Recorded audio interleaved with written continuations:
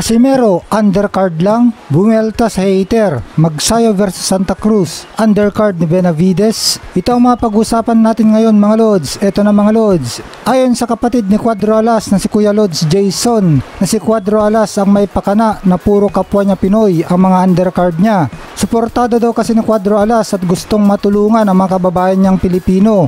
Pinagmalaki naman ni Kuya Lods ang kanyang utol dahil ito lang daw ang nagme-main card na Pilipino, na puro Pilipino din ang mga undercard niya. Sa ikinakalat naman na balita ng hater ni Cuadro Alas na undercard lang daw si Cuadro Alas at ang main card daw ay si Froilan Saludar, na itinanggi naman ito ni Kuya Lods Jason. Ipinakita ni Kuya Lods ang poster ng laban ni Cuadro Alas kung saan main card si Cuadro Alas. Patunay na malayong mas malaki ang larawan at nasa taas pa ang kanyang mukha, at ang mga Pinoy undercard kabilang si Froilan Saludar ay nasa baba at maliit ang kanilang mga larawan.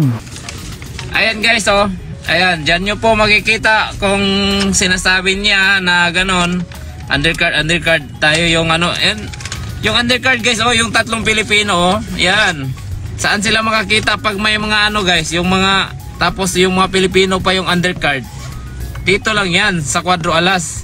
Umirit din ang TVP member na si Mark Alesna kung saan ipinakita niya dun sa site ng exclusive na magla-live streaming ng laban ni Casimero na Unix na ang nakalistang main event ay si Cuadro Alas nga kontra Yukinori Oguni. Sa katunayan, si Casimero pa nga ang mukha ng Treasure Boxing Promotion. Katunayan din na binabantayan siya ngayon ng kanyang Japanese promoter sa ginagawa niyang training. Nagdala pang promoter ng mga high level na sparring mates na Casimero galing sa Japan tungo dito sa Pilipinas. Pinaka main goal kasi ng Japanese promoter na ilaban si Casimero kay Japanese monster Naoya Inoue, kaya gusto nilang isigurado na mananalo si Casimero kay Yukinori Oguni sa October 12 sa Ariake Arena sa Tokyo, Japan.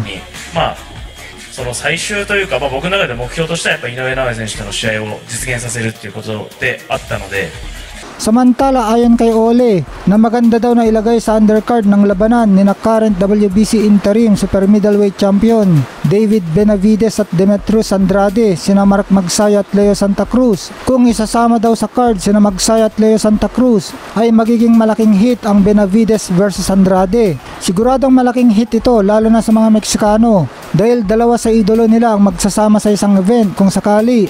Ito nga sina David Benavides na wala pang talo at kinakatakutan, at si 4 Division World Champion Mexican Warrior Leo Santa Cruz. Nauna ng balibalita na si Mexican 4 Division World Champion Leo Santa Cruz ang sunod na makakalaban ng ating kababayan na si Mark Magsayo sa November 24 sa 130 pounds super featherweight division sila maglalaban.